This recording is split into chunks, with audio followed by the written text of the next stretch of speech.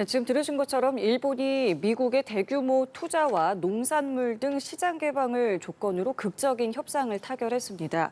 우리 정부도 당초 25일에 2+2 통상협의가 예정되어 있었는데요. 조금 전에 들으신 것처럼 미국의 베센트 재무장관의 일정으로 인해서 일단은 무산됐다는 속보가 들어와 있습니다. 네, 관련한 속보 등 바로 스튜디오에서 다뤄보도록 할 텐데요. 서진규 GSNJ 인스티튜트 원장과 이야기 나눠보도록 하겠습니다. 어서 오십시오. 네, 안녕하세요. 예, 안녕하십니까. 예, 안녕하십니까. 조금 전 들어온 속보 내용부터 바로 다뤄봐야 할 것 같습니다. 우리 정부 당초 현지 시간으로 내일 미국과 2+2 통상협의를 가질 예정이었습니다만 현지 시간 25일이었죠. 네. 취소가 됐습니다. 미국 측에 이제 베센트 재무장관의 긴급한 일정으로 인해서 개최되지 못한다라는 소식이 들어왔는데 아직 구체적인 이유에 대해서는 전해지지 않고 있습니다만 당장 좀 어떻게 받아들여야겠습니까? 예, 저도 아주 좀 당황스러운 예. 그런 뉴스였었고요.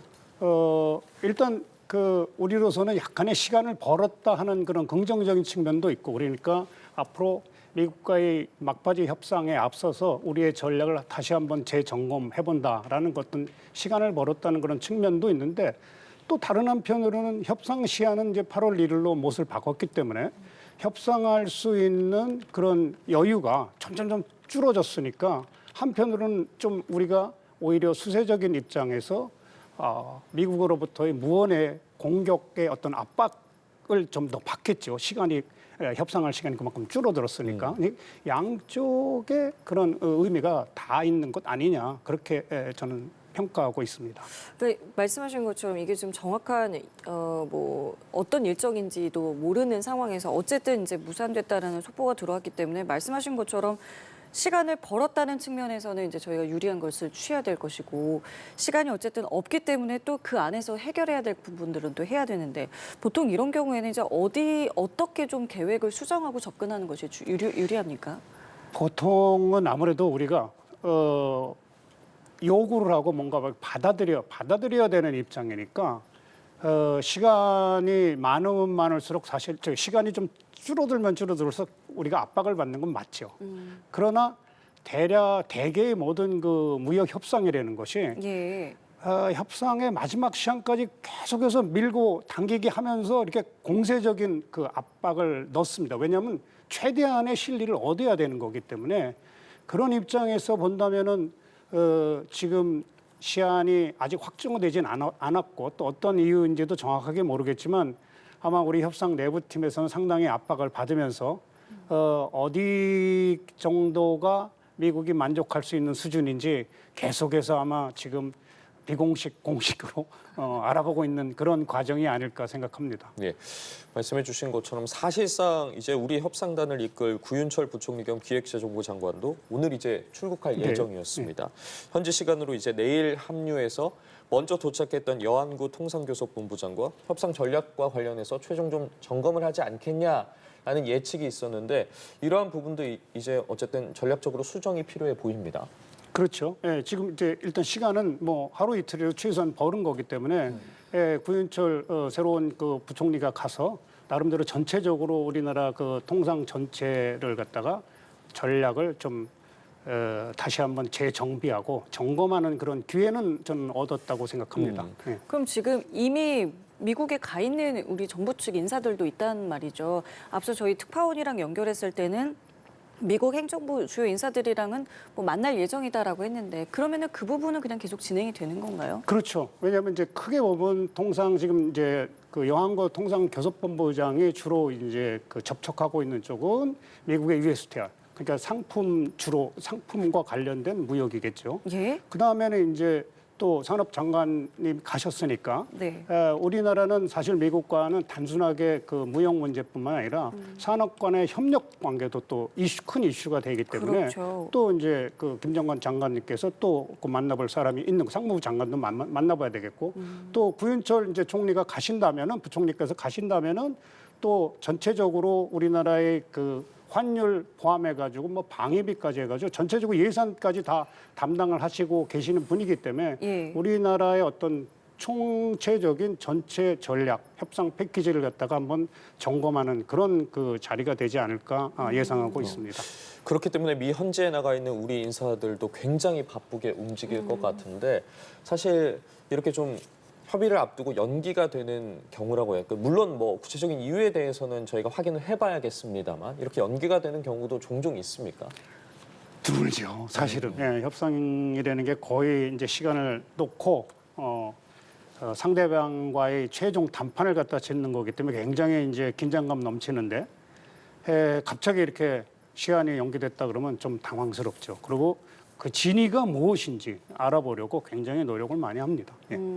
이 지금 시점적으로 어쨌든 일본에서 이제 협상 타결 소식이 들려왔고 구체적인 내용들까지도 지금 다 밝혀진 상황에서 이제 우리나라가 이게 갑자기 이렇게 무산이 된 건데 이것을 말씀하신 건 굉장히 드물기 때문에 약간의 뭐 이유는 알아야겠습니다만은 글쎄요 이게 이 조정을 함으로써 사실은 이 협상단 간에 약간의 기싸움들도 좀 있을 수 있는 겁니까? 그럼요. 예, 압박성의 그런 성격도 갖고 있다고 보는 거죠. 야, 이제 한국 니네는 며칠 안 남았어. 다 준비해라는 그런 그 무언의 압력으로도 한편으로는 해석이 가능합니다. 예, 그렇군요. 그렇기 때문에 저희 입장에서도 계속해서 뭐 앞선 미국과의 타 국가들과의 협상 상황에 대해서 귀를 기울이고 있었고 유심히 살펴보면서 전략을 짜고 있었는데 일단 일본으로서는 어쨌든 협상을 완료를 했습니다. 기존의 상호 관세를 25%에서 15%로 낮추고 5,500억 달러 규모의 대미 투자와 사이 시장을 개방하기로 했는데 앞서 저희가 기자통에서도 전해드린 것처럼 백악관은 트럼프 대통령이 일본과 위대한 합의를 이뤘다라고 평가를 했습니다. 미일 협상 결과에 대해서는 좀 어떻게 보셨는지도 여쭤보겠습니다. 사실은 평상시에 일본의 어떤 특성이 그대로 드러났다 그렇게 생각하는데 사실 시한이 정해져 있는 협상에서 여태까지 일본이 보인 모습들은 막바지까지 끝까지 벼랑 끝 전술을 쓰는 것이 아니라 좀 시간을 남겨놓고 협상 타결을 해왔던 것이 여태까지 일본의 그런 어떤 특성이었고요. 그래서 좀 더 안전한 길을 좀 택하는 거죠. 그 위험을 택한다기보다.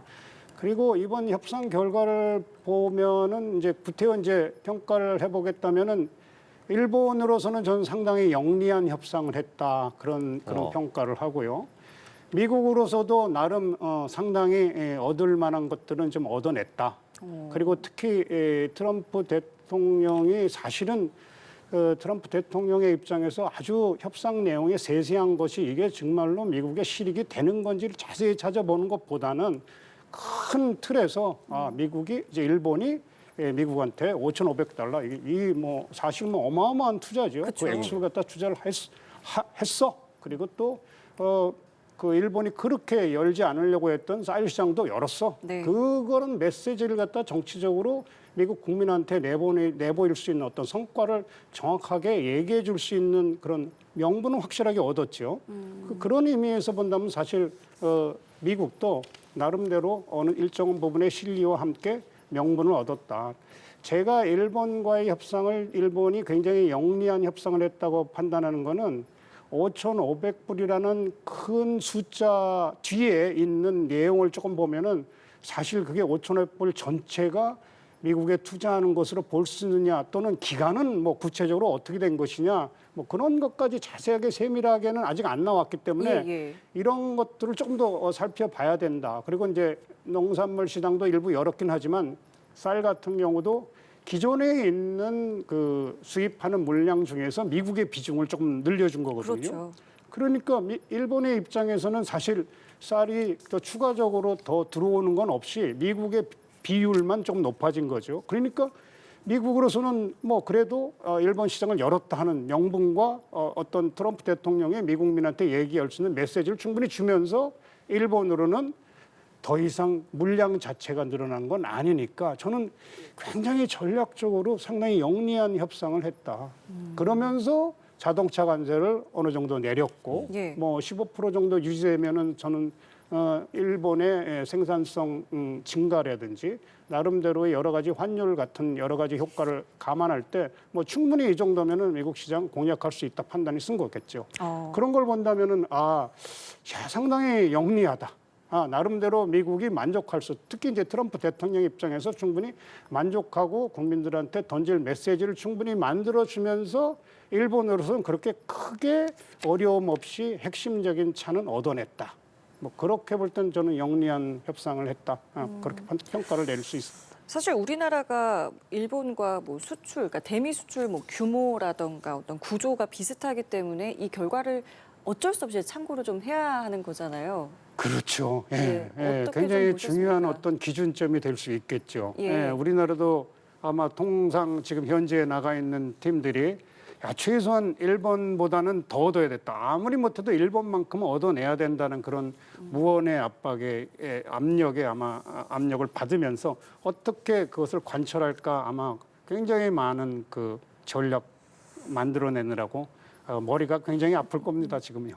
그럼 앞서 좀 말씀해주신 부분들을 종합해 보면 미국과 일본이 좀 서로에게 윈윈이었던 협상이었다라고 좀 전반적으로 평가를 해도 되겠습니까? 그렇죠. 예, 전체적으로 뭐 미국으로서 나름대로의 트럼프 대통령의 대국민 메시지를 만들어냈고 또 어느 정도 실리도 얻었고 실질적으로 그다음에 뭐 일본으로서도 나름대로 25% 관세에서 15%로 상호 관세나 자동차 관세를 내렸기 때문에 네. 나름 뭐 그다음에 뭐 예, 농산물 시장을 개방했다지만 실질적으로 늘어나는 건 없기 때문에 뭐 나름 실리적으로 뭐 그렇게 나쁜 협상은 아니죠. 그래서 저는 양쪽이 다 전반적으로 만족을 한 결과가 아니겠느냐. 사실 또 협상이라는 게 서로 만족하지 못하면 뭐 합의는 이뤄내기 굉장히 어렵죠. 그래서 저는 윈윈으로 봐도 결코 틀린 평가는 아니다 생각합니다.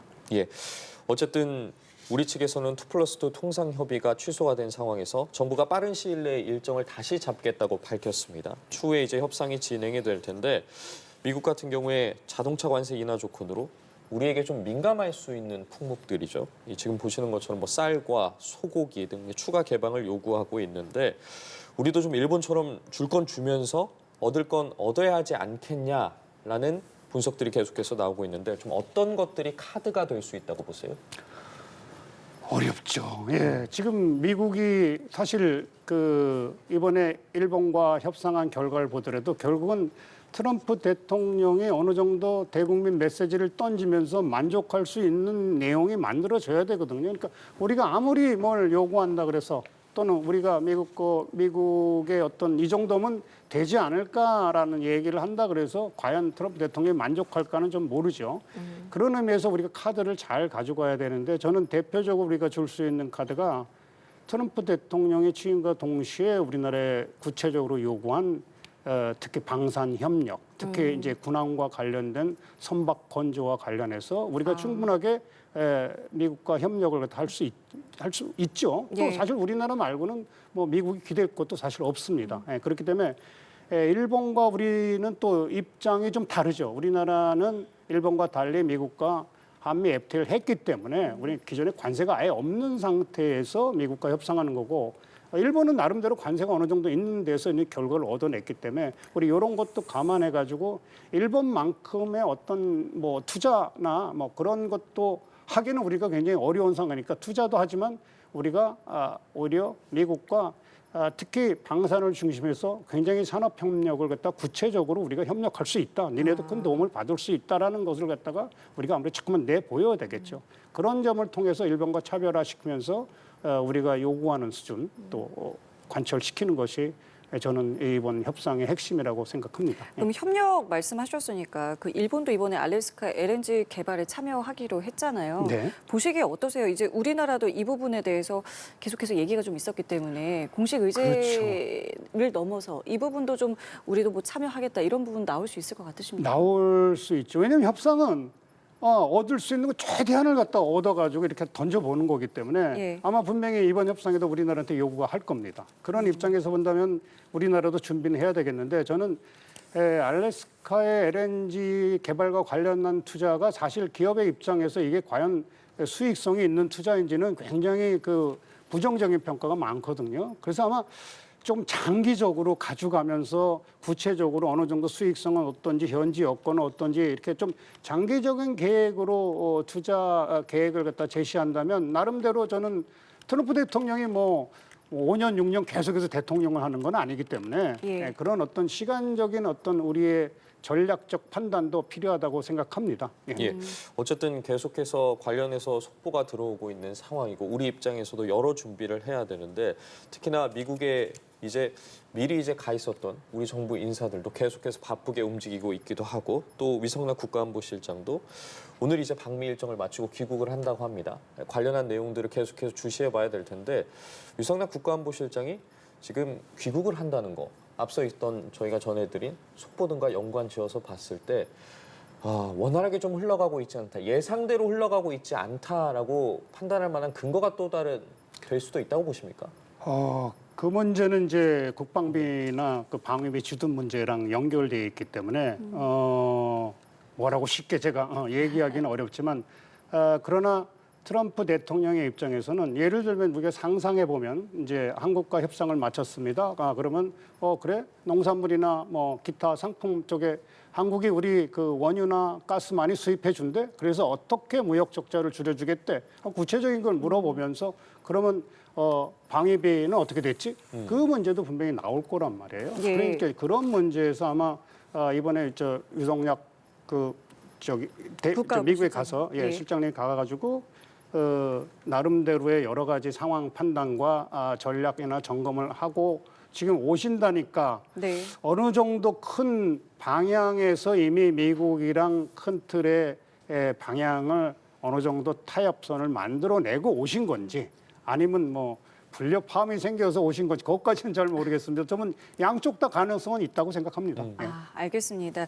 이 부분도 귀국 이후의 상황을 좀 저희가 지켜봐야겠습니다. 오늘 말씀 저희 여기까지 함께하겠습니다. 지금까지 서진교 원장과 함께했습니다. 감사합니다. 네, 고맙습니다.